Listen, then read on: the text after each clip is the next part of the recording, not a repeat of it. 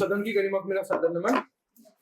विषय है बुद्धिजीवियों के सदन का मत है कि सत्तावादी शासन को स्थापित करने में पहले मत के बजाय दूसरा मत उपयुक्त है। 3-2-1 के साथ समझ शुरू करेंगे।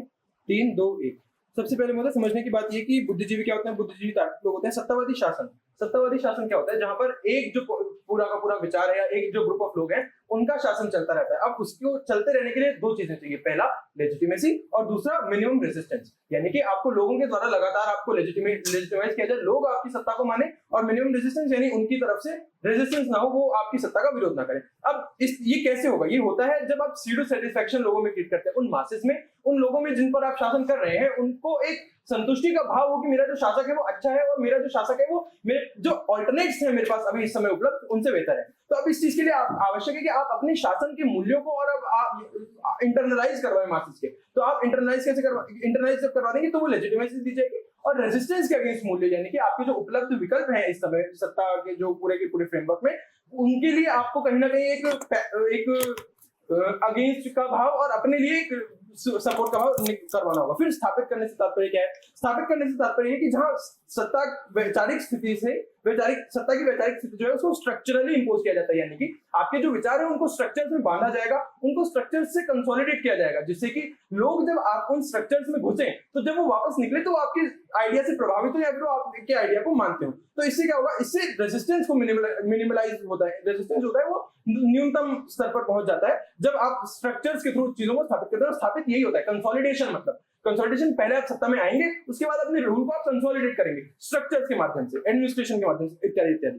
पहले मत पर आते हैं। पहला मत जो है महोदय वो प्रतिबंध की बात करता है। प्रतिबंध से तात्पर्य ये है कि आपको ये संदर्भ में दिए गए इन तरीकों के प्रतिबंध लगते हैं। जब प्रतिबंध लगते हैं तो अपने आप में कॉन्शियसनेस का जन्म होता है। कॉन्शियसनेस का कैसे जन्म होता है कि भाई आपने मेरे ऊपर भी प्रतिबंध लगा रखा है और सामने वाले मासेस के ऊपर भी प्रतिबंध लगा रखा है। तो एक आइडेंटिफिकेशन ऑफ कॉमन एनिमी जो है, यही हमारा शत्रु है, इसने हमारी स्वतंत्रताओं का हनन कर रखा है। ये करके एक चेतना, एक कॉन्शियसनेस का जन्म होता है जो अपने आप में उस स्ट्रक्चर को, उस रूल को अप्रूव करने में सहायक होती है। तो जो जैसे हम मतलब कॉलोनियलिज्म का एंड देख सकते हैं, जहां भी जब दुनिया में कॉलोनियलिज्म चल रहा था वो एंड इस वजह से हुआ क्योंकि एक आइडेंटिफिकेशन ऑफ कॉमन एनिमी हो चुका था कि हमारे जितने भी विचार है, हमें जितनी भी डाइवर्सिटी है, हमें जितने भी अपने में वैमनस्य है, परंतु ये जो है ये हम लोगों का कॉमन एनिमी है, इसलिए हमें इसे हटाना जरूरी है। दूसरा मत जो ये कहता है कि हम मुक्तता देंगे, अर्थात ये करेंगे। तो आपको लेजिटिमेसी के लिए चाहिए कि आप उनकी कॉन्शियसनेस बात करें, मतलब कॉन्शियसनेस तो किसी के भी अगेंस्ट आ सकती है। अगर आपको सत्ता का वो स्थापित कर रहे हैं तो आपको जरूरी है कि वो आप कॉन्शियसनेस आपके अगेंस्ट ना हो। वो कैसे होगा? जब उनका आइडेंटिफिकेशन ऑफ कॉमन एनिमी का जो फिनोमेना है वो बाधित होगा। और वो कैसे होगा?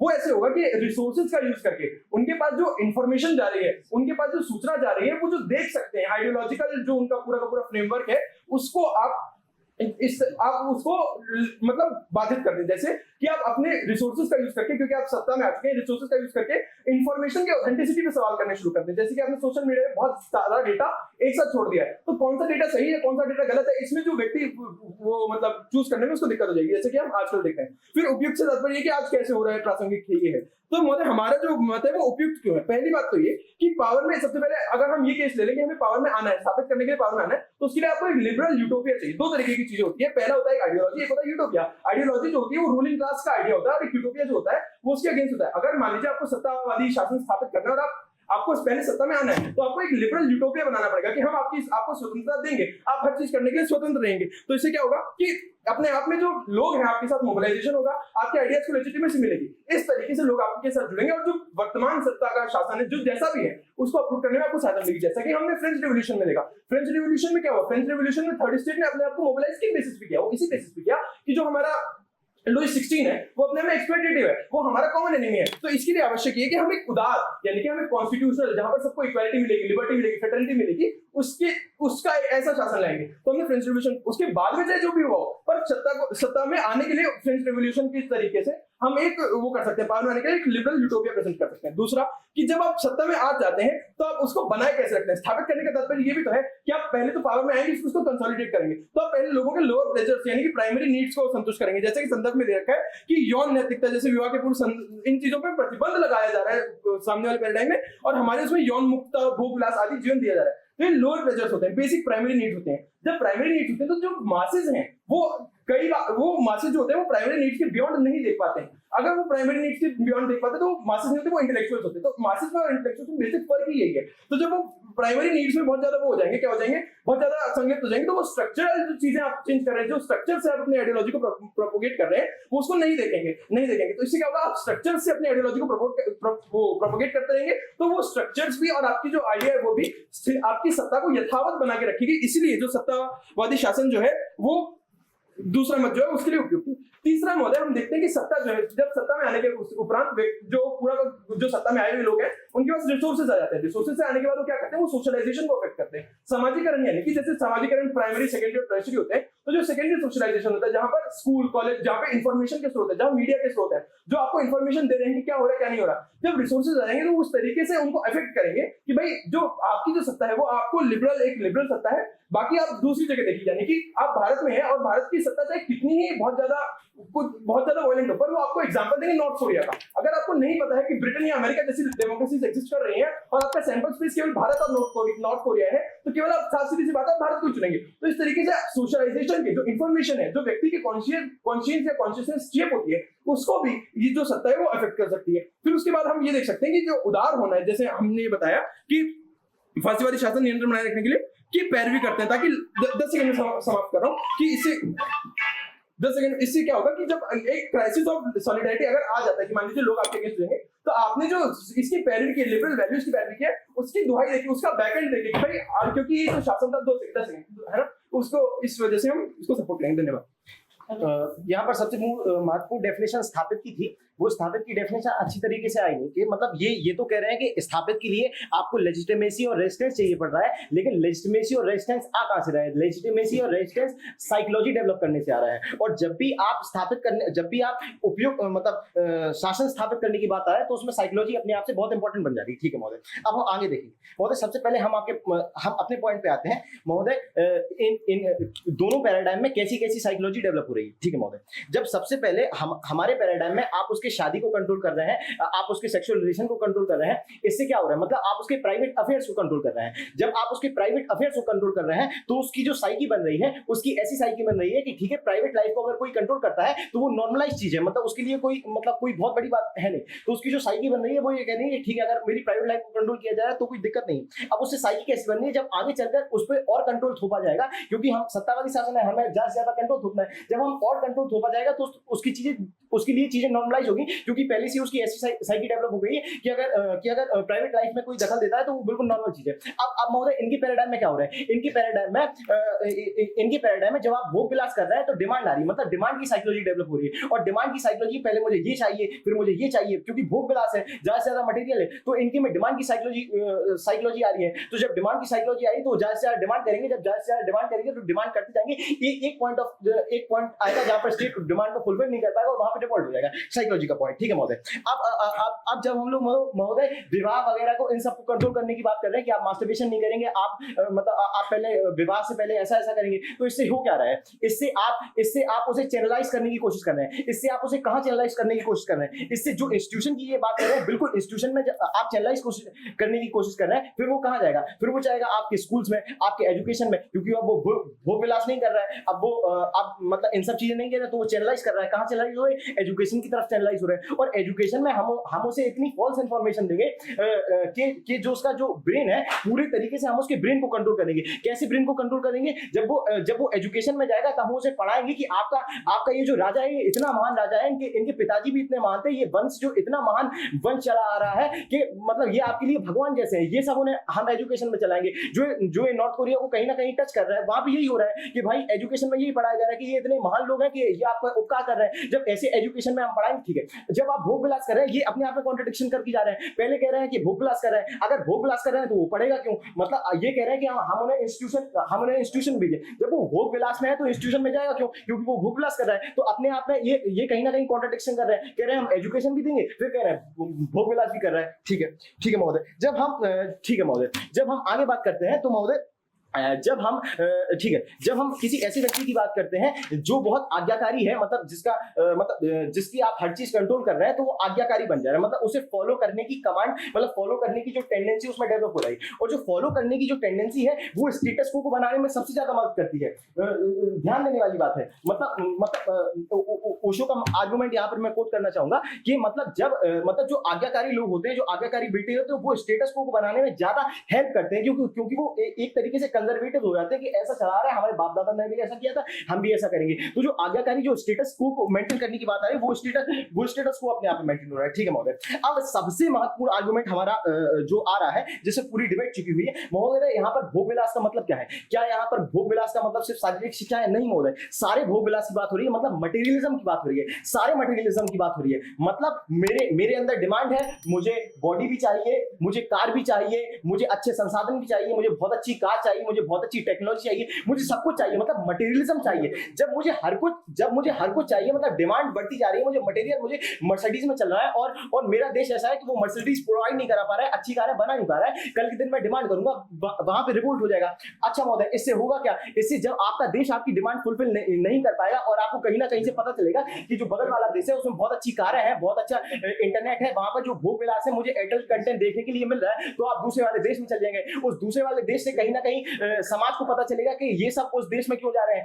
वहां से जो कॉन्शियसनेस डेवलप हुई रिवोल्ट करने की, वो महोदय ऐसे डेवलप हो रही है। ठीक है महोदय, अब कल के दिन ये अपना इंटरनेट बनाएंगे, सब कुछ बनाएंगे। ठीक महोदय, ठीक महोदय। अब इनका जो काउंटर था, सबसे पहली बात सबसे पहले इंटरनलाइज करने की बात करते हैं। तो इंटरनलाइज, ये सूडो सेटिस्फैक्शन की बात करें, वैल्यूज इंटरनलाइज किसके पैराडाइम में ज्यादा हो रही है? मतलब एक जो भोग विलास जीवन के है, वो मतलब एजुकेशन इंस्टीट्यूशन को इतनी सीरियसली नहीं ले रहा है, लेकिन ये वाला एजुकेशन इंस्टीट्यूशन को, मतलब फॉल्स एजुकेशन को बहुत सीरियसली ले रहा है। तो जो इंटरलाइजेशन की बात कर रहे हैं, वो हमारे पैराडाइम में ज्यादा अच्छे से इंटरलाइज हो रहे हैं। ठीक है महोदय, जब हम स्ट्रक्चर की बात कर रहे हैं, बहुत अच्छी बात, ये स्ट्रक्चर की बात करके है। अब समझना होगा कि स्ट्रक्चर की बात तो करें, लेकिन स्ट्रक्चर का पालन कौन अच्छे तरीके से कर रहा है?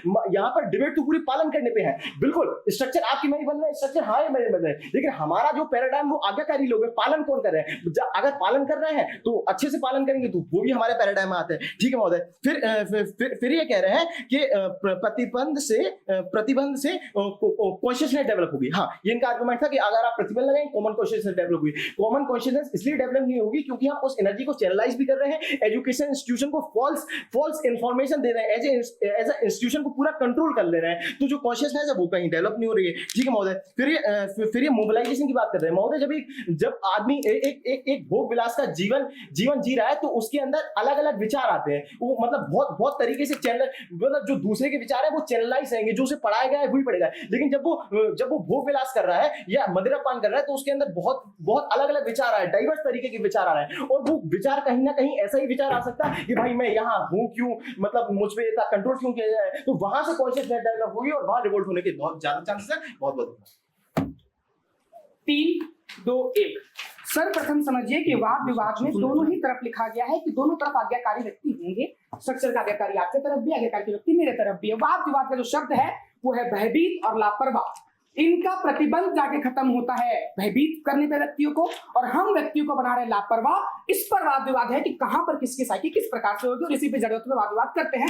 सर्वप्रथम समझते कि इनकी बातों को काटते हुए कहते हैं कि आप प्राइवेट अफेयर्स में जब किसी को नॉर्मलाइजेशन कर देते हैं तो उनको लगता है ये नॉर्मल है। आप पहली बात एक आइडियल केस लेकर चलते हैं कि लोगों को लगेगा ये नॉर्मल है। मैं आपको उदाहरण देता हूं, उदाहरण को आप काट के जाइएगा, मैं आपसे ये अपेक्षा करता हूं। ब्लैक व्यक्तियों के साथ जो शोषण होता था उसको नैतिक माना जाता था। प्लेटो ने कहा कि ये नैतिक है, ये तो स्लेव होने चाहिए, पर वो चीज नैतिकता उसको नैतिक पाया गया, पर लोगों ने क्या किया, उसको वैल्यूज में भी पुट की गई कि ब्लैक होना तो नॉर्मल है, उसका प्राइवेट अफेयर पे जाके गया। लेकिन लोग ने रेवोल्यूशन किया और एबोलिशन ऑफ ब्लैक लोगों के जो था, ये जो हो रहा था रेसिज्म, उसका एबोलिशन हुआ। यानी जो मान के चल रहे एक आइडियलिस्टिक केस है कि कभी ऐसा हो ही नहीं सकता, आपको उसकी प्रोबेबिलिटी को प्रूव करना पड़ेगा, आप उस तर्क को आकर काट के जाइएगा। दूसरी बात ये कहते हैं डिमांड, कि लोगों को डिमांड, हमने क्या बताया, समझिए जो व्यक्ति है उसकी साइकी को कंट्रोल करना किसी भी एक सत्ता का सबसे बड़ा कारक होता है कि उसकी साइकी को कंट्रोल कीजिए। अगर आपने उसके बेसिक नीड्स को पूरा कर दिया और उसमें sense of security, sense of insecurity कभी आई ही नहीं, तो वो अगर आप जैसे कि मैस्लो की थ्योरी की बात करें तो वो दूसरी चीज की डिमांड करेगा ही नहीं। यानी आपने कहते हैं उसकी प्राइमरी नीड्स को कॉन्टिन्यूसली हमें आप रुक नहीं रहे हैं, आप कॉन्टिन्यूसली चीज को पूरा कर रहे हैं। तीसरा ये बोलते हैं कि आप उसको चैनलाइज करेंगे, एजुकेशन सिस्टम में लेके जाएंगे। फिर मैं वही आपको पूछ रहा हूँ, ब्लैक लोगों के पास जो था एजुकेशन, उनको बताया गया कि ये नैतिक है पूर्ण रूप से। क्यों रिवोल्यूशन? रिवोल्यूशन कैसे आया? यानी ये पैराडाइम सोसाइटी में जिसको सोसाइटी डाइवर्सिफाइड है, एक सोसाइटी नहीं है, बस सत्ता ही एक आइडियोलॉजी नहीं लेके आ रही है, और भी अनेक तरह के आइडियोलॉजी एग्जिस्ट करते हैं। ठीक है, अब मैं अपने पक्ष के वक्ताओं को बात को बता के जाता हूँ जो उनको अभी तक काउंटर नहीं आया। पहली बात लिबरल यूटोपिया, हमने बताया कि समझिए आपके पास एक आइडियोलॉजी होती है, यूटोपिया होती है, जो यूटोपिया क्रिएटेड है, उस यूटोपिया से आप अपने आप को स्थापित करते हैं, यानी आप स्यूडो सैटिस्फैक्टरी क्षण संतुष्टात्मकता का पर्दा क्रिएट करते हैं, जिसके तहत लोगों को लगता है कि आपकी चीजों की आपूर्ति हो रही है, पर वहां पर पूर्ति किसकी हो रही होती है? उस सत्ता के अपने डिमांड्स की पूर्ति हो रही होती है, जिसको कभी काट नहीं आता। दूसरी बात हमने बताया कि हम लोअर प्राइमरी नीड्स को लगातार कंटिन्यूस रूप से पूरा करेंगे, जिससे उनका जो सेल्फ एक्चुअलाइजेशन का जो आइडिया उन पर कभी पहुंच नहीं पाएंगे, इस पर हम बाद में भी आएंगे। हमने बताया कि सोशलाइजेशन 3 तरीके से होता है, प्राइमरी, सेकेंडरी और टर्शियरी, और जब हम तीनों चीजों को कंट्रोल कर लेंगे तो हम वैचारिक व्यवस्था को कंट्रोल कर लेंगे। ठीक है, अब हम अपने कुछ महत्वपूर्ण और तर्कों पे आते हैं, जैसे कि हमने बताया कि हमने साइकी को कंट्रोल करना है, साइकोलॉजी को कंट्रोल करना है। इनका जो व्यक्ति है, सत्ता का जो लोग है, वो भयभीत हो रहा है। अब इस भयभीत की विचारधारा समझते हैं। जब कोई भी व्यक्ति भयभीत हो जाता है तो सवाल उसके अस्तित्व पे होता है, और वहां से आता है अस्तित्ववाद का सिद्धांत, यानी जब आपने उसके एग्जिस्टेंस पे खतरा डाल दिया, वहां पर रेसिस्टेंस होने का प्रोबेबिलिटी सबसे ज्यादा है। अभी हम क्या कहते हैं कि हमारे में जो लापरवाह है वो जो रेसिस्टेंस कर देगा ज्यादा। अगर हमारे यहाँ वो लापरवाह है, यानी उसके पास 3 चीजें नहीं है, पॉलिटिकल अवेयरनेस, सोशल विल और सोशल एक्शन का विल, यानी ये तीनों चीजों पे वो कभी एक्शन ही नहीं लेना चाहता, क्योंकि वो लापरवाह है। आपने वो भयभीत है, वो कभी लापरवाह नहीं, उसके पास विल है, बस वो भयभीत है। जिस दिन उसको भयभीत में कॉमन एनिमी मिल गया, जैसे मेरे पक्ष वक्त बता के जाते हैं कि तुम्हारा दुश्मन ये है, इसका दुश्मन ये है, इसका दुश्मन ये है, हमारे तीनों का दुश्मन एक है, अगर वो एक ग्रुप बन जाता है और संघ बन जाता है, तो इनके खिलाफ रेजिस्टेंस कभी भी आ सकता है। इस चीज को बेहतर करके जाइए। दूसरी बात, अब यहाँ पर सेल्फ एक्चुअलाइजेशन को समझिए। जब किसी व्यक्ति को किसी सत्ता में सेल्फ एक्चुअलाइजेशन हो जाता है, जब उसको अपना ट्रू सेल्फ मिल जाता है, तब वो सबसे ज्यादा उस सत्ता को चैलेंज करने लगता है। अब इनके पैराडाइम में कैसे सेल्फ एक्चुअलाइजेशन आएगी? सेल्फ एक्चुअलाइजेशन आएगी 3 चीजों से। पहला, अस्तित्व पे खतरा। दूसरा, उनकी आप नैतिकता को कंट्रोल कर रहे हैं, क्योंकि आपके यहाँ पे साफ लिखा हुआ है, आप उसकी यौन नैतिकता को भी कंट्रोल कर रहे हैं। आप उसकी नैतिकता को जैसे ही कंट्रोल कर लेते हैं तो उसके पास सेंस ऑफ रिवॉर्ड आता है, क्योंकि सेंस ऑफ इनसिक्योरिटी आती है। और आप एक चीज ये प्रूफ करके जाइए कि आपके में जो पैराडाइम जो व्यक्ति है, उनके पास सेंस ऑफ इनसिक्योरिटी नहीं आएगी। हम बताते जाते हैं कि हमारे जो व्यक्ति उसमें सेंस ऑफ इनसिक्योरिटी क्यों नहीं आएगी, क्योंकि उसका हमने कभी पॉलिटिकल विल जनरेट होने नहीं दिया, उसको हमने क्षण संतुष्टात्मकता के पर्दे के पीछे रखा। और तीसरा, हमने उसको कभी नहीं बताया कि जो स्ट्रक्चर है तुम पे चीजें इंपोज कर रहे हैं लगातार और अपने तरीके से कर रहे हैं, इंपोजिशन ऑफ स्ट्रक्चर में हम इनसे आगे हैं एनी टाइम पे, कभी भी समय में। ठीक है, अंततः अब कुछ चीजों को समझते हैं। आप समझते किसी चीज, अब यहाँ पर ह्यूमन साइकी और ह्यूमन कॉन्शियसनेस को समझिए। आपके पैराडाइम में लोगों को नियंत्रित किया जा रहा है, हमारे टाइम में उदार है। हम लोगों को बता रहे हैं कि आप मुक्तिपूर्ण जीवन को कीजिए। अब नियंत्रण और मुक्ति के बीच के जो नैतिक दुविधा है उसको समझते हैं। जब आप किसी व्यक्ति को नियंत्रित कर देते हैं, उसके दिमाग में आता है कि मेरी चीजों को नियंत्रित किया जा रहा है, और एक समय में वो आपके पास रिवोट करता है। पर जब मैं किसी व्यक्ति के प्रति उदार हो जाता हूं, उस व्यक्ति को लगता है कि मेरे आने वाले जितने भी फ्यूचर एक्शन है वो मेरी उदारवादिता के लिए है। लेकिन आप पे क्या लगता है कि नियंत्रण किया जा रहा है, आगे और नियंत्रण किया जाएगा, यानी आपकी नियंत्रता को एक समय में खतरा है, पर मेरी उदारता को एक समय में कभी खतरा नहीं है। और इस प्रकार से जो मेरा पैराडाइम है प्रूव हो जाता है। अंततः एक जो सबसे बड़ा सवाल मुझे आपके वक्ष बता के जाए कि समझिए, आप कह रहे हैं कि आपके जो लोग हैं उसकी आप साइकी को कंट्रोल करेंगे, या फिर साइकी को बताएंगे। जब आपने उस व्यक्ति को भयभीत कर दिया, उस भयभीत से एक समस्या उठती है आत्मबोध की, क्योंकि जब कोई व्यक्ति भय में होता है तो उसका सबसे संचय आता है कि अपने आप को बचाया जाए। अब उस बचाने की प्रक्रिया में अगर उसने अपने ट्रू सेल्फ को खोज लिया, और ऐसे सब व्यक्तियों ने अपने ट्रू सेल्फ को भय की सिचुएशन में खोज लिया, तो वहां पर रिवोल्यूशन कैसे नहीं आएगा, आप इस चीज को बता के जाइए। अंततः अब हमने जो इस पूरे वादविवाद की जरूरत में चीज को रखा था वो ह्यूमन की साइकी थी। मेरे पास 45 सेकंड, ठीक है। अंततः हमने एक चीज को स्टार्टिंग में किया कि स्थापित करने से हमारा आशय है कि हम अपनी वैचारिक परिस्थिति को कैसे इंपोज करते हैं किसी भी। उन्होंने भी बताया कि स्थापित कैसे करेंगे, हमने बताया कि हम अपनी जो वैचारिक स्थिति है उसको स्ट्रक्चर्स बना के इंपोज करेंगे। अब हमारे यहाँ जो स्ट्रक्चर्स हैं वो स्ट्रक्चर कायम क्यों रहेंगे, और उनके यहाँ स्ट्रक्चर्स कायम और हमारे यहाँ कायम क्यों रहेंगे, उनके यहाँ क्यों नहीं रहेंगे, इसको समझते हैं। हमारे यहाँ स्ट्रक्चर कायम क्यों रहेंगे, क्योंकि यहाँ पे जो पैरवी करने वाले लोग हैं, अगर आप इस संदर्भ में पढ़े, ये संदर्भ में लिखा हुआ है कि इस संदर्भ में लिखा हुआ है कि मुक्तिपूर्ण अर्थात भोग विलासपूर्ण जीवन की पैरवी करने वाला कौन है? इंस्टीट्यूशन है, जैसे रिलीजन है, धर्म है, जाति है, ये सब लोग हैं, ये उदारवाद की नीति को अपनाएंगे, और इससे आपस में एक मनुष्य को दूसरे मनुष्य से लगेगा कि ये तो मेरे जैसा व्यक्ति और मेरे साथ उदार है, यानी फिर संतुष्टात्मकता यानी स्यूडो सैटिस्फैक्टरी का पर्दा हम क्रिएट करेंगे। अंततः उसके टाइम जो अंततः उनके साइड में जो नियंत्रित कर रहा होगा वो व्यक्ति, यानी एक व्यक्ति दूसरे व्यक्ति को नियंत्रित कर रहा है, वो समझेंगे कि मेरे जैसा सेम व्यक्ति मेरे को आके नियंत्रण कर रहा है। धन्यवाद। महोदय डिबेट को समझते हैं कंपैरेटिवली कि हमारा पैराडाइम कैसे अच्छा सिद्ध हो रहा है, बेहतर कैसे सिद्ध हो रहा है। एक महत्वपूर्ण बात जिस बात का रिबटल नहीं आ रहा पूरी डिबेट में कि हम कैसे एजुकेशन को कंट्रोल करेंगे, कैसे कल्चर को कंट्रोल करेंगे, कैसे उनकी पूरी मानसिकता को कंट्रोल करेंगे, उस बात का रिबटल नहीं आया कि आप कंट्रोल करेंगे, हम कंट्रोल कैसे नहीं कर पाएंगे, क्यों नहीं कर पाएंगे, उस बात मतलब हम कंट्रोल कर रहे हैं अभी भी। आप समझते हैं आगे। ये सबसे पहले आते हैं कि ब्लैक थे, उनको नॉर्मलाइज क्यों नहीं हो पाया, उनका वो भी तो बाद में वर्ड करें। महोदय हम एजुकेशन को कंट्रोल कर रहे हैं, हम उन्हें कल्चर को कंट्रोल कर रहे हैं। हम बता देंगे कि आप ऐसे ही हैं, आप में कोई पक्षपात नहीं है। जब आपको पक्षपात पता चल पाएगा, ये समझ में आ पाएगा। और लास्ट की बात देखिए कितने कॉन्ट्राडिक्टरी है इनकी। ये कह रहे हैं कि ऐसा लगेगा जो शासन करने वाला है और जो निचले तबके का व्यक्ति वो सेम है। महोदय सेम में और भगवान वाली डेफिनेशन में बहुत अंतर है। जब भगवान समझेगा तो वो कभी क्वेश्चन है, भगवान ने इनको बताया है, भगवान दिया है राज, हम इनको फॉलो करेंगे। अगर उसने ये समझ लिया कि ये सेम है तो उसने कहेगा ठीक है आप राज करें, चलो अगली बार तो मैं राज करता हूँ, अगले 5 साल या अगले 1 साल में, तो बहुत बड़ा रिवॉल्ट हो जाएगा। वो क्वेश्चन करेगा चलो मैं राज करता हूँ। अगर नीचे का तबका राज करने लगेगा तो सत्ता खत्म हो गई, पूरी डिबेट ही खत्म हो गई, भाई सत्तावादी रहे ही नहीं। फिर आगे आते थे डिबेट की भी। ये कह रहे हैं बेसिक नीड्स को कंटिन्यूअसली हम पूरा करेंगे। महोदय समझने वाली बात है, जब आप बेसिक नीड्स को कंटिन्यूअसली पूरा करेंगे, मतलब कोई कार्य कर रहे हैं, उस कार्य से कुछ ना कुछ निकल रहा है। उस कार्य से क्या निकल रहा है? जब मेरे वक्त आके कहते हैं कि भाई उससे एक साइकिल डेवलप हो रही है, उस साइकिल का रिबटल नहीं दे रहे हैं, बस आप ये कह रहे हैं कंटिन्यूअसली। जब उस कंटिन्यूअस बात से जो उसकी बेसिक नीड बढ़ेगी टाइम के साथ, आज बेसिक नीड बढ़ रही है मोबाइल, कल बेसिक नीड बढ़ जाएगी एक ऐसा कोई नया फोन या एक बहुत नई कोई टेक्नोलॉजी, तो इससे क्या समस्या आएगी? जब बेसिक नीड्स बढ़ रही है तो उससे आपकी डिमांड बढ़ रही है। डिमांड क्यों बढ़ रही है? क्योंकि आप हर बार आप कंटिन्यूअसली करते जा रहे हैं। जब डिमांड बढ़ रही है तो महोदय को कोई ऐसी चीज मांगेगा जो कि आपके पास है नहीं, जो अलग देशों के पास है, और आपके पास क्यों नहीं है? इसका भी बहुत बड़ा कारण है। आप क्यों लैग करेंगे उसमें? क्योंकि आपके सारे लोग विलासिता में पूर्ण है, आपको कोई एजुकेशन नहीं जा रहा, आपको डेवलपर प्रोवाइड नहीं कर पा रहे, आपको साइंटिस्ट प्रोवाइड नहीं कर पा रहे, आपको टेक्नोलॉजी प्रोवाइड नहीं कर पा रहे, तो वो रिवर्ट करेगा। अब आगे आ जाते हैं। ये कहते हैं कि हम प्राइमरी, सेकेंडरी, टर्शियरी इससे विचार कंट्रोल कर लेंगे। ये कैसी बात है?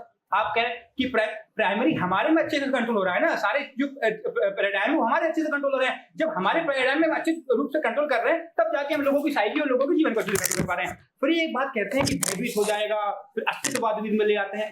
भयभीत वाली बात नहीं है, उसमें अंदर जो भयभीत है, जो डर है, वो इस बात का डर है कि जो स्टेबिलिटी मुझे यहाँ पे मिल रही है, जो मेरे पूर्वज करते चले। साइकी में क्या होता है कि मेरे पूर्वज ने उसकी बात मानी, मेरे पूर्वज हट्टे करते थे, 6 फुट के थे, भगवान ने मतलब उन्होंने एजुकेशन सिस्टम ने कहा कि आप रेसलर बन जाइए, तो रेसलर बन गए। अब मेरा एजुकेशन सिस्टम कह रहा है कि आपका आईक्यू अच्छा है, आप चेस में बन जाइए, तो मैं बनूंगा, क्योंकि मेरे पूर्वजों ने बात मानी, वो अच्छा हुआ, उनका जीवन अच्छा हुआ, उससे अभी तक स्टेबिलिटी चली आ रही है। तो मैं भी अपने एजुकेशन सिस्टम की, अपने वातावरण की बात मानूं जिससे मेरे यहाँ स्टेबिलिटी बनी चली आएगी। तो ऐसा कोई भयभीत नहीं है, उसको भय इस डर का है जो स्टेबिलिटी उसके राजा द्वारा उसको प्रदान की जा रही है। क्योंकि जब से राजा, जिससे भगवान रूपी वो वहां पे आया है, भगवान का जो बच्चा जो भी है, तो वो आया है, तो उससे स्टेबिलिटी और उसके समाज और उसके परिवार का वो साइकिल डेवलप बन गया कि बहुत अच्छा हो रहा है। फिर आगे आते हैं, फिर ये कह रहे हैं कि कॉमन एनिमी आइडेंटिफाई कर पाएंगे। कॉमन एनिमी आप आइडेंटिफाई कब कर पाएंगे? कॉमन एनिमी तो जब आइडेंटिफाई कर पाएंगे जब आपको हम सोचने देंगे, जब आपको उस लेवल का विचार करने देंगे कि भाई कॉमन एनिमी कोई बात करेगा कि आपने ये गलती कर दी, हम आपको गलती उजागर करने नहीं देंगे, आपको ये पता ही नहीं चल देंगे हमारी गलती है। हमारी गलती आपके लिए इतनी बड़ी बात होगी कि आप उसको पूछेंगे कि अरे राजा ने ये कर दिया, अरे बहुत बढ़िया किया, वाह वाह। तो हमारी गलती को लेकर बहुत बड़ी अच्छी चीज होगी, वो गलती को आइडेंटिफाई नहीं कर पाएंगे। जो हम बोलेंगे वो उनके सत्य होगा, जो उनके सर्वमान्य होगा। तो कभी भी कोई एक बात ये बोलेगा, एक बात मैं बोलूंगा, इससे कॉमन एनिमी डेवलप नहीं होगा। और पता क्या होगा उसमें? ये होगा कि बताएंगे कि राजा ने ये अच्छी बात करी, वो करेंगे हाँ राजा ने ये भी अच्छी बात करी। मतलब जो हम गलती भी करेंगे उसको अच्छी बातें करेंगे और कंसोलिडेट करेंगे। जब कंसोलिडेट होगा तो एक राजा और महान बनता चला जाएगा। अब आगे आते हैं। अब ये कहते हैं अस्तित्ववाद पर खतरा और मतलब मुक्त की बात करते हैं। वो हमने बताया कि अस्तित्ववाद पर कैसे खतरा नहीं होगा जब आप दूसरे व्यक्ति को मुक्त रख रहे हैं। अब पूरी डिबेट में एक बड़ा कॉन्ट्रडिक्शन कर रहे हैं कि भाई आप पहली बात तो मुक्त रख रहे हैं, अगर मुक्त ही रखा है व्यक्ति को तो जब मन चाहे जब वो करे, वो विलासिता करे, जो जब उसका किसी की बॉडी को यूज करना है, किसी के मटेरियल को यूज करना है, कोई कार यूज करनी है, जब वो उस सब में रहेगा, वो हमारे टाइम जब आपके पैराडाइम में उसमें रहेगा, सबसे बड़ी समस्या आ जाएगी आपके पैराडाइम में, क्योंकि वो डिमांड क्रिएट करेगा। अब आपकी डिमांड फुलफिल करिए, क्योंकि आप कंटिन्यूअसली तो कर ही रहे हैं, आप रुकेंगे नहीं। अगर रुक रहे हैं तो फिर आप अपनी बात से कॉन्ट्रडिक्ट कर रहे हैं, क्योंकि कंटिन्यूअसली उसकी डिमांड कुछ भी हो सकती है। आज आईफोन मांग रहा है, कल एक ऐसा मांगेगा कि जो बिल्कुल ऐसी सेंसरी हो, दिखता ना हो, अलग तरीके का फोन हो। फिर ये कह रहे हैं हम इम्पोजिंग करेंगे तो उसमें आगे रहेंगे। कैसे आगे रहेंगे महोदय? किसी तरीके से आगे नहीं रह रहे हैं, स्ट्रक्चर हमारे पास है तो हम आगे रहेंगे, आप आगे नहीं रहेंगे। फिर ये कह रहे हैं कि हम उदार हैं, वही तो समस्या है कि आप उदार हो रहे हैं। जब उदार हो रहे होंगे तो हर डिमांड पूरी करेंगे, जब हर डिमांड पूरी करेंगे तो उससे हमारा वो पिछला वाला आर्गुमेंट फुलफिल हो रहा है। फिर ये कह रहे हैं कि नियंत्रण और भय, नियंत्रण में समस्या है। महोदय नियंत्रण तो अच्छे से हम कर पा रहे हैं। अगर आपके अगर किसी के पैराडाइम में डर क्रिएट हो रहा है, किसी के पैराडाइम में अगर ये पता चल रहा है गलती क्या है, किस प्रकार का नियंत्रण है? हमारे पैराडाइम में नियंत्रण पूर्ण रूप से नियंत्रण है, गलती पता ही नहीं चल रही है, ये हमारा पूर्ण रूप से नियंत्रण है। फिर आते हैं, फिर ये कहते हैं मासेस होंगे, मासेस में अंतर होता है, इंटेलेक्चुअल में अंतर होता है। हम इंटेलेक्चुअल पैदा ही नहीं होने देंगे। इंटेलेक्चुअल पैदा इसीलिए नहीं हो पा रहे, हम सारे मतलब जो हमारा जो मासेस होगा वो इंटेलेक्चुअल ऐसा नहीं होगा कि भौतिक क्षमता नहीं होगी उनके पास, उनके पास भौतिक क्षमता होगी, वो जानेंगे कि कौन सी चीजों को कैसे बनाना है, लेकिन वो हमेशा हमें महान मानेंगे। मतलब टेक्निकल जानकारी तो होगी उनके पास, पर ऐसी जानकारी नहीं होगी जो हमारे ग्रोथ में जाए। मतलब वो हमेशा हमसे इन्फ्लुएंस रहेंगे कि हमें इनके लिए काम करना है, इन्होंने जो बताया है हमें वो काम करना है। मतलब वो जिस चीज में अच्छा होगा, वो जिस चीज में हम अच्छा बताएंगे वो वही काम करेगा, अपनी भौतिक क्षमता, अपनी इंटेलेक्चुअल चूज करके अपना काम को नहीं चुनेगा। फिर ये कहते हैं हाँ, अब जब आएगा, जब हम विलासिता की बात करते हैं तो विलासिता में बहुत सारे क्वेश्चन उठ जाते हैं। कहते हैं आदमी फ्री हो जाता है, आदमी दूसरे से उसमें जाता है, कोई कुछ कर रहा है, कोई नशे कर रहा है, कुछ ऐसा कर रहा है, तो उसकी कॉन्शियसनेस अलग पैराडाइम में जा रही है। फिर वो अलग अलग विचार कर रहा है कि भाई मुझे ये चाहिए या मुझे वो चाहिए, या उसकी माइंड में मैं ऐसा क्यों हूँ, ये लोग मुझे इस बात से क्यों रोक रहे हैं, उस बात से क्यों रोक रहे हैं। तो फिर उसमें समस्या आएगी, वो सोचेगा और दिक्कत आएगी। महोदय मानव की नीड लिमिटेड है अनलिमिटेड है? मानव की नीड लिमिटेड है या अनलिमिटेड? हाँ। मतलब नीड फिर डिपेंड करता है। अगर प्राइमरी नीड है तो मतलब नीड का मतलब लिमिटेड अनलिमिटेड होने से वो नहीं है। सिंपल सा प्रश्न है, मानव की नीड कौन सी है, प्राइमरी है, सेकेंडरी है, उसके आगे की? नीड लिमिटेड है या नहीं है? कोई भी नीड प्राइमरी नीड लिमिटेड है अनलिमिटेड? डिपेंड करता है, किसी की भी लिमिटेड हो सकती है। ठीक है, चलो तो एक दूसरा प्रश्न है, आज से 100 साल पहले बेसिक नीड अलग थी, आज बेसिक नीड थोड़ी ज्यादा हुई है? नहीं भाई, बेसिक नीड्स तो आज से 100 साल पहले फोन की नीड थी। फोन की नीड बेसिक कहाँ है? आज फोन की नीड बेसिक नीड नहीं है। नहीं, बिल्कुल नहीं है। आज इंटरनेट की नीड बेसिक नीड नहीं है। बेसिक नीड का मतलब होता है खाना, पीना, रहना और यौन संबंध। ठीक है, अच्छा खाना नीड है। हाँ, अच्छा खाना नीड है, अच्छा पनीर नीड है, शुद्ध पनीर नीड है।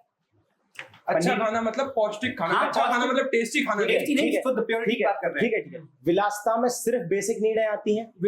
हाँ, विलासिता का मतलब ये है कि मैं वही खाना पीना और इन सब चीजों पे जो अगर मेरी कोई स्टेट अगर ये पूरा कर पा रहा है तो मैं उसको क्वेश्चन नहीं करूंगा। ठीक है। विलासिता में लग्जरी चीजों का भोग नहीं आता है।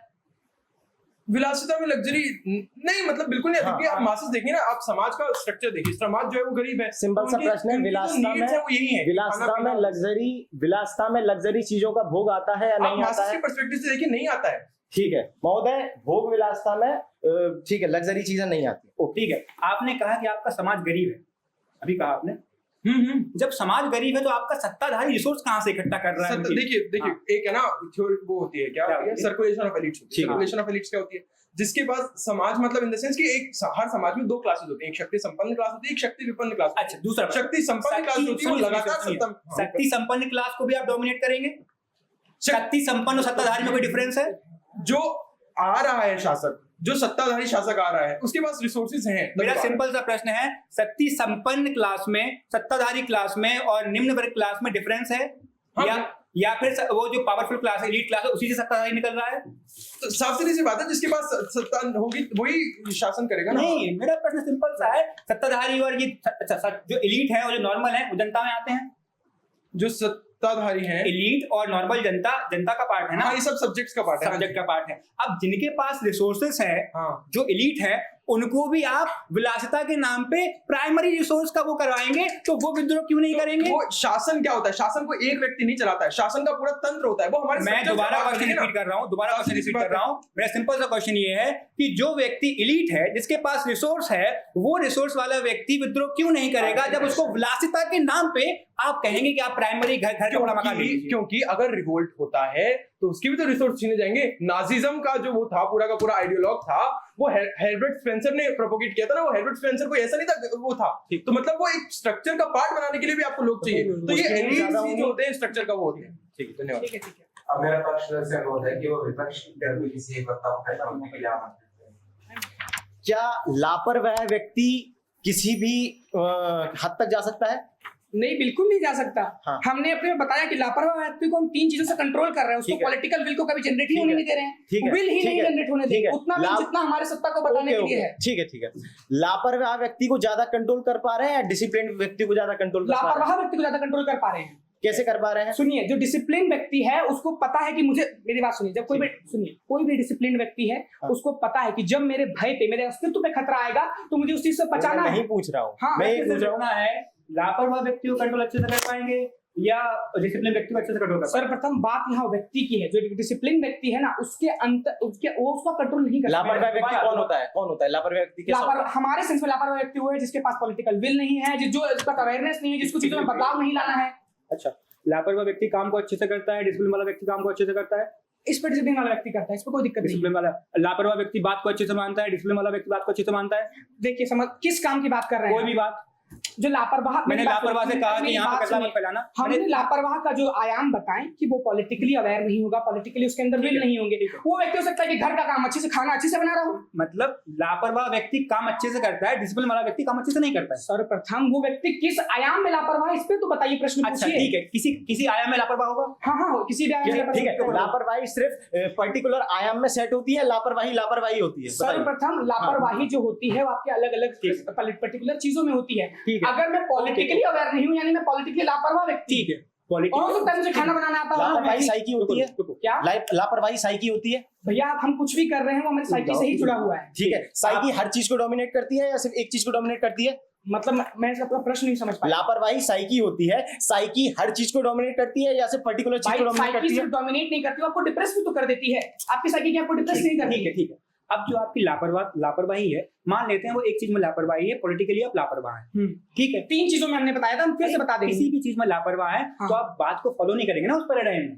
मतलब उस पैराडाइम में, जिस पैराडाइम में आप लापरवाह हैं, उस पैराडाइम में बात को फॉलो नहीं करेंगे जी, सबसे पहली बात तो उससे अपनी बात मनवाएंगे कैसे? समझिए, हम यहाँ पर सत्ता स्थापना की बात कर रहे हैं। इस स्थापना की जो क्रम और प्रक्रिया है, सुनिए, मैं अधिनियम मंडल से कहता हूँ, मैं दोबारा अपना प्रश्न रिपीट करता हूँ जी। मैं ये कह रहा हूँ, लापरवाह व्यक्ति किसी एक पैराडाइम में अगर लापरवाह है तो उस पैराडाइम में आप अपनी बात मनवाएंगे कैसे? बस इतना सा प्रश्न। सर्वप्रथम लापरवाह होने का अर्थात ये है कि हम जिस पॉलिसीज को बनाएंगे उस पॉलिसीज को वो निसंदेह मानेगा, उसके मन में कभी चिंता में सवाल ये नहीं तो आएगी। ये तो आप कॉन्ट्रडिक्शन कर रहे हैं। अभी आप कह रहे हैं कि लापरवाह व्यक्ति एक पैराडाइम में आ रहा है, मान लेते हैं उसी पैराडाइम में आपने एक नीति लाई, जब उस पैराडाइम में नीति लाई, उस पैराडाइम में लापरवाह है तो आप अप्लाई कैसे करेंगे? सर्वप्रथम हमने फिर से बताया, हम किसी भी पॉलिसीज को संतुष्टात्मकता के पर्दे में बना रहे हैं। वो पॉलिसीज पूर्ण रूप से हमारे लिए है, लेकिन व्यक्ति को लगना चाहिए कि ये चीज मेरे लिए सही हो रही है। हमने टैक्सेशन की पॉलिसीज ऐसी बनाएंगे जिसमें बड़े अमीरों को फायदा हो रहा है और उनको लगना चाहिए कि फायदा तो मेरा हो रहा है। डिमांड से आप क्या समझते हैं? डिमांड से ये समझते हैं कि समय के साथ आपकी चीजों की बेसिक नीड्स की भी डिमांड बढ़ती जाती है। जैसे एक समय पे लोगों की डिमांड थी कि भाई, समझते क्या होता क्या है डिमांड? आप मुझे बोलने देंगे ना, बता पाऊंगा। जब एक समय में डिमांड थी कि भाई फल मिल गया, फल खा लिया, अब डिमांड है रोटी खा लिया, अब डिमांड है ब्रेड है, अब चाहिए दूध चाहिए। एक समय में राजा महाराजा को दूध पनीर मिल पा रहा था, अब बेसिक नीड बन गई है कि अब दूध पनीर चाहिए। डिमांड क्या है इसमें? डिमांड क्या होता है? डिमांड की कोई परिभाषा होती है? नहीं होती? डिमांड की एक परिभाषा होती है जो आपकी बॉडी को सुचारू रूप से चलाए और वो समय के साथ बढ़ती चली जाती है, क्योंकि आपकी बॉडी, आपकी साइकोलॉजी बढ़ती चली जाएगी, और चीज चाहिए, और चीज चाहिए। डिमांड होगी तो एक सप्लाई होगी। क्या? हाँ, डिमांड होगी तो आपको सप्लाई क्रिएट करनी पड़ेगी, कंटिन्यूस सप्लाई क्रिएट करनी पड़ेगी। आप समझिए, एक डिमांड होगी, एक सप्लाई होगी। हाँ। अब क्या इससे मार्केट क्रिएट होगा? बिल्कुल क्रिएट होगा। आपको क्रिएट करना पड़ेगा मार्केट, सप्लाई करनी पड़ेगी। मार्केट क्रिएशन से इकोनॉमिक डेवलपमेंट होगी। कैसे? इकोनॉमिक डेवलपमेंट होगी। आप बताइए। इकोनॉमिक डेवलपमेंट नहीं होगी। अच्छा, नहीं होगी, मार्केट बनेगा और इकोनॉमिक डेवलपमेंट नहीं होगी। मतलब बताऊंगा ना, हाँ। तभी तो आपका पूरा पैराडाइम क्रैश करेगा। क्रैश ऐसे करेगा कि एक लिमिट तक आप मार्केट में सप्लाई कर पाएंगे। अब जब लिमिट आप सुन तो लीजिए महोदय, ठीक है। जब आप एक लिमिट के बाद वो चीजें और मांगेगा, वो आप पे है नहीं। वो क्यों नहीं है? क्योंकि आपने ऐसे लोगों को तो पैदा किया नहीं है कि जो अच्छे टेक्नीशियन और डेवलपर। हम क्यों नहीं किया इससे मंगवाएंगे? आप मुझे ये बताइए, इकोनॉमी डेवलप होगी कि नहीं? अरे इसलिए नहीं कर पाए क्योंकि आपने उनको स्कूल नहीं भेजा, आपने विलासिता में उनको भेज अच्छा, दिया। आप एक ऐसी सत्ता बताइए जहां पे मार्केट बना और उस समय में उसकी इकोनॉमी नहीं बन पाई, हाँ। उसकी इकोनॉमी अच्छी नहीं हो पाई। एक सत्ता, एक सत्ता का एग्जांपल नहीं है महोदय। आप अगर नॉर्थ कोरिया का एग्जांपल लेंगे, जब अच्छा नॉर्थ कोरिया लेते हैं। अरे ठीक है। सुनिए तो, हाँ, बस एक वो एग्जांपल मात्र है, उससे मैं ड्राइव करता हूँ उसके एक मैं भी स्टेटमेंट derive से। करता जब उन्हें यूरिया की जरूरत पड़ती है तो वो बात करते हैं कि सारे जो पॉपुलेशन है उसका यूरिन कलेक्ट करके उससे यूरिया निकाल के उससे आप ये करिए। अरे जब आप अब वो मांगेगा कि भाई मुझे यूरिया चाहिए, हमें फसल को उगाना है, अब फसल को उगाने के लिए कहीं और से मांगना पड़ेगा ना, कहीं और से डिमांड फुलफिल होगी तो आप विरोध कर देंगे। ठीक है, कहीं और से डिमांड होगी तो आप वो विरोध कर देंगे। यानी अगर हम एक्सपोर्ट करा रहे हैं तो हमारी जो सरकार है वो गिर जाएगी। महोदय, एक्सपोर्ट कब करा पाए? अब पहली बात, अगर आपने एक्सपोर्ट कराया तो उनको पता चल गया कि आप एक्सपोर्ट करा कौन रहे सी हैं। सरकार है जो एक्सपोर्ट करने की वजह से गिर गई थी? कौन सी सत्ता? एक उदाहरण मुझे उत्तर देने दें। बिल्कुल ठीक। अब जब पहली बात आप एक्सपोर्ट करा रहे हैं तो उससे उन लोगों को पता चल रहा है कहीं और से डिमांड पूरी हो रही है। दूसरी बात, आप एक्सपोर्ट एक लिमिट के बाद इसलिए नहीं करवा पाएंगे क्योंकि आपके पास उतने रिसोर्सेस नहीं ठीक है, रहेगा, उतना धन्यवाद। पैसा नहीं रहेगा, ठीक है, धन्यवाद, समस्याएं धन्यवाद। आएंगी, आपके पास उतने टेक्नीशियन डेवलपमेंट नहीं है कि आप पैसा जनरेट कर पाए। इमरजेंसी समझते हैं आप? 1975 में जो लगी थी।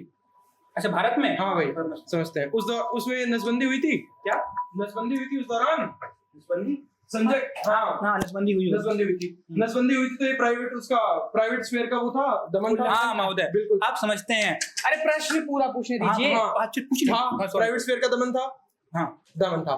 क्या अगले फॉलोइंग इलेक्शन में क्या वो सरकार गिर गई थी? ठीक है, अब मैं उत्तर दे दूं। ठीक है, प्राइवेट जो भी था उसका दमन था, आपको कैसे पता है? मतलब यहाँ पे पता चल रहा है लोगों को, फिर विरोध कर रहे हैं, फिर सरकार गिर रही है, आप उस पर डिबेट कर रहे हैं, मतलब कि वो सरकार गिर रही है, विरोध हो रहा है। हमारे पैराडाइम में किसी को पता नहीं चल रहा है। हमारे पैराडाइम में ये सुनिए तो, हमारे पैराडाइम में ये बता दिया जाएगा कि आपका ये बात इसलिए की गई कि इससे आपकी एनर्जी बढ़ेगी, आप और शक्तिशाली हो जाएंगे, हम ये बताएंगे, वो लोग मानेंगे और आके करवाएंगे। एक आखिरी प्रश्न, आप ये कह रहे हैं कि प्राइवेट अफेयर्स का किसी को पता नहीं चला, क्या वो व्यक्ति, वो महिला, उसके घर में जितने लोग हैं, उनको आपस में बोध होगा कि नहीं कि हमारा जो प्राइवेट अफेयर्स है वो अफेक्ट हुआ है? आप उत्तर दूं? हाँ, उत्तर ये है इस बात का महोदय कि जब उसको पता चलेगा तो हमने फॉल्स कॉन्शियस, जो फॉल्स एजुकेशन क्रिएट करी है, उस फॉल्स एजुकेशन से वो ये ड्राइव करेगा कि इन्होंने जो हमारे साथ किया है, नसबंदी की है, उससे वो ये ड्राइव करेगा कि ये इसलिए किया कि हम और शक्तिशाली बन जाए। हम उसको ये बताएंगे तो वो कहेगा ठीक है, बढ़िया है, करवाओ।